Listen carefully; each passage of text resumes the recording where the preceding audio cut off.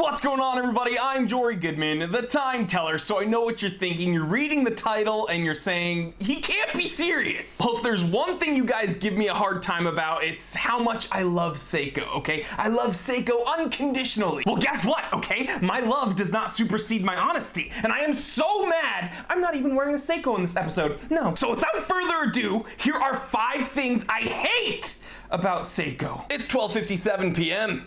Let's get down to business. Number 1, by the way, this is not in any particular order because all these things make me mad.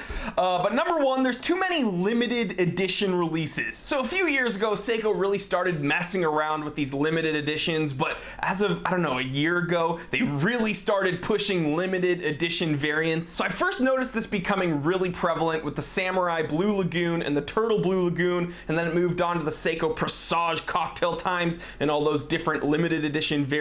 But now it seems like with every new release, Seiko is releasing some limited editions, and when everything's limited edition, it just kind of loses its prestige. And okay, so from a business standpoint, I understand. Seiko gets to charge a premium up front, and then they fill up their pre-orders very quickly, so it's fast cash for Seiko, but really what they're doing is they're helping the resellers and the scalpers. A really good example of this is the Presage Blue Enamel, a beautiful watch. I wanted one really badly, but I was too slow with the pre-orders. I missed out, and now you can find them selling used, like worn and used, for over $1,500, all because it was a limited edition variant, and yeah, total bummer. Which brings us to the next thing I absolutely hate about Seiko. Number 2 on the list, the factory straps suck so bad, okay? They suck. Seiko makes great watches. They look amazing, they feel amazing, they perform splendidly. Just pick a good strap, dang it. Like, hear me out. I haven't yet found an issue with the bracelets that come with their watches, but the straps, they just feel terrible. The absolute worst offender I've encountered thus far is the strap that comes with the Seiko Alpinist, the Sarbo 17. Just an amazing watch. Totally garbage strap, okay? Apparently it's genuine leather, but it feels like rubbery, stiff. It's gross. So I don't know, okay? Seiko, you make amazing watches, but please just pick a decent strap to go along with them, because then you'll truly be perfect. You'll be perfect!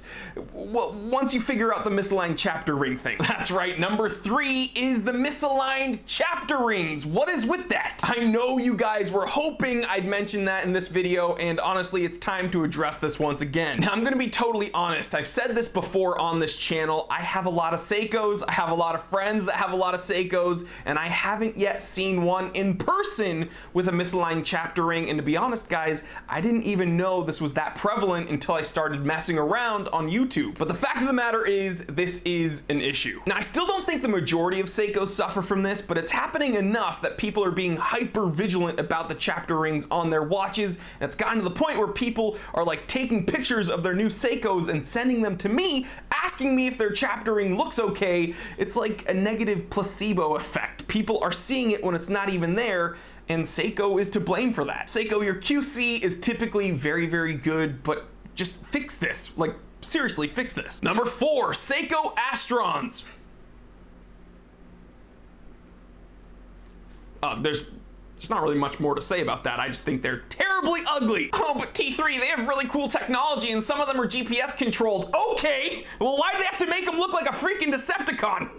And the 5th and final thing I absolutely hate about Seiko: confusing reference number reallocation, reissues. Just what's going on there? All right, so many of you will remember a few months back there was a bit of drama in the watch world when Seiko decided to discontinue a few beloved watches. Now, that doesn't really bother me so much, but that did open up the conversation about Seiko kind of reissuing the watches under a different line, under a different reference number maybe. Now, Seiko has done this before, and it just seems kind of pointless, kind of confusing. A perfect example is the Seiko SSC 081. So here's the deal. Seiko sneakily discontinued the SSC 081 and then reissued it as the Seiko Prospex SSC 293P2.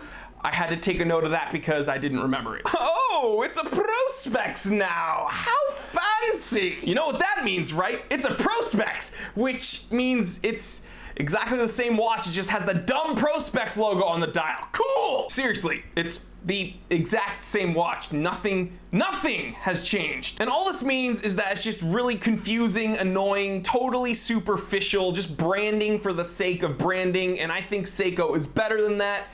it's stupid. And that's really it, guys. Seiko, I love you, but there's always room to improve, and why don't you start with this list here and get back to me. All right, guys, well, I want to hear from you. What would you add to the list? I know a lot of us really do like Seiko. I'm sure many of you will say, I wish they used sapphire crystals instead of hardlex, and to be honest, guys, that doesn't really bother me that much. But again, leave me a comment. What do you hate about Seiko? And if you're looking for some of my favorite Seikos and other watches, I've added them to the Time Teller shop, so click the link in the description below, shop around. It really does help the channel out a ton, so thank you so much for that. And if you're new here, this is maybe your first time joining us at the Time Teller channel, I want to say thank you for watching and join the party already, okay? Click that subscribe button. It takes 1 second and it helps me out a ton. And while you're at it, you can go ahead and click that little bell icon so you do not miss an episode of the Time Teller. There's just so much more awesome content on the way, and you don't want to miss it. I'm telling you guys, please like, comment, and subscribe. Share this with other watch enthusiasts, other people that you think would enjoy this. I'm Jory Goodman, the Time Teller, and always remember, I didn't invent time. I just tell it.